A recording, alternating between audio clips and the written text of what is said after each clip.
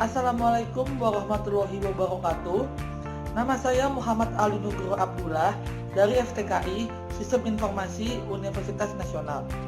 Pada kesempatan kali ini saya akan menjawab pertanyaan untuk UAS Audit Sistem Informasi R01 dengan Bapak Novidia Natasya dalam bentuk vlog presentation.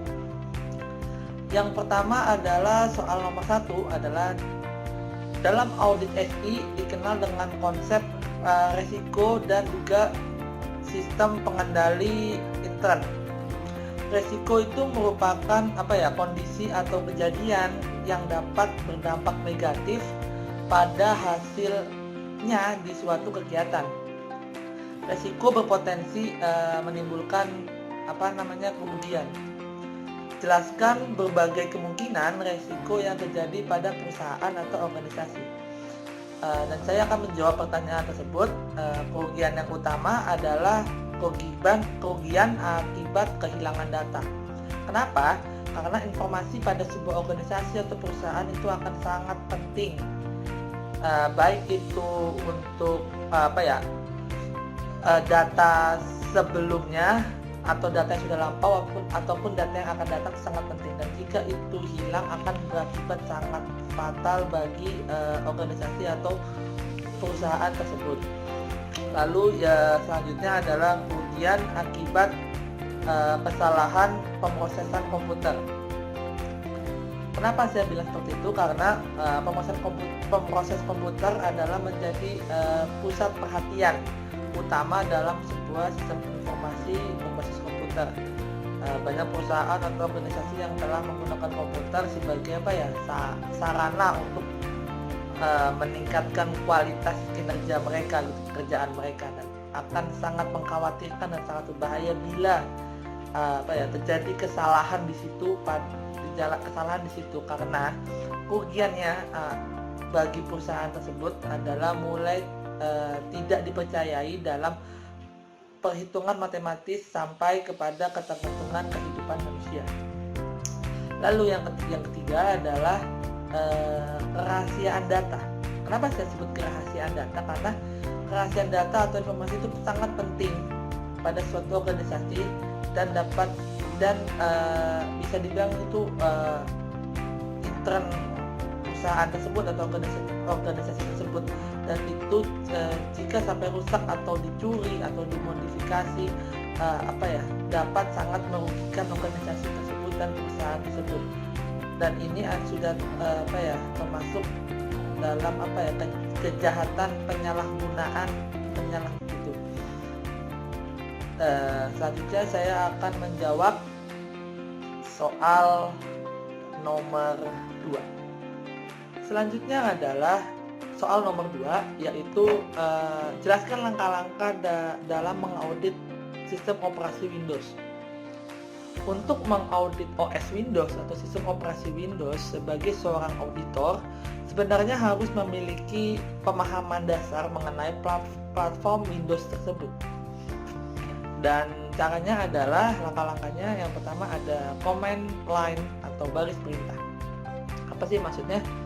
Command line ini memungkinkan untuk mengakses beberapa utilitas seperti is, sat, grep, more, cat, dan memungkinkan untuk membuat script berdasarkan binary, yang dimana binary tersebut terletak di direktori bin untuk memanipulasi output teks dari utilitas Windows standar atau biasa. Lalu selanjutnya ada server administrator tools. Apa sih maksudnya? Remote server administrator tools memungkinkan klien Windows 7 untuk mengelola peran dan fitur yang sedang berjalan pada sistem operasi Windows seperti server 2003 atau 2008. Audit adalah bagian dari infrastruktur. Alat ini memungkinkan RSAT itu memungkinkan administrator untuk melakukan fungsi manajemen server jarak jauh dan mencakup beberapa alat. Selanjutnya saya akan menjawab soal nomor 3. Selanjutnya soal nomor 3. yaitu jelaskan istilah berikut: router, switches, dan firewall. Yang pertama adalah router. Router adalah perangkat jaringan yang digunakan untuk menghubungkan beberapa jaringan yang berbeda. Lalu ada switch. Switch adalah sebuah perangkat jaringan pada komputer yang menghubungkan perangkat pada sebuah jaringan komputer dengan menggunakan pertukaran paket untuk menerima, memproses, dan meneruskan data ke perangkat yang dituju. Lalu ada firewall. Firewall merupakan sebuah sistem keamanan jaringan komputer yang berfungsi melindungi komputer dari beragam jenis serangan dari komputer luar. Selanjutnya saya akan menjawab soal nomor 4, yaitu jelaskan langkah-langkah mengaudit database pada sebuah aplikasi. Audit database pada aplikasi itu sebenarnya pada dasarnya adalah merupakan kegiatan untuk memonitoring dan merekam kegiatan dari database pengguna yang telah ditentukan. Hasil dari auditing yang dihasilkan itu adalah berupa audit trail. Isi dari audit trail itu meliputi catatan yang dapat memberitahu apa saja yang kegiatan atau kejadian yang terjadi pada database tersebut.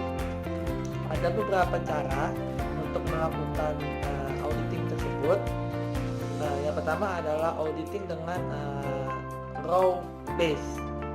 Apa sih yang dimaksud dengan auditing raw base?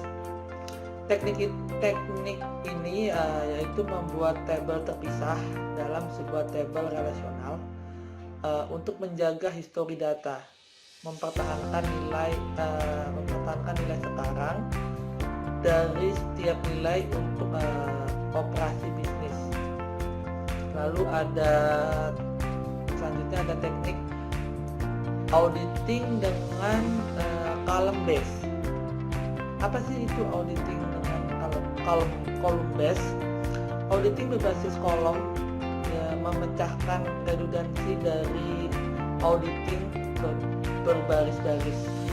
Data dalam historis kolom dari tabel auditing hanya menyimpan nilai yang berubah kecuali primary seperti ID yang digunakan untuk referensi pada tabel operasional.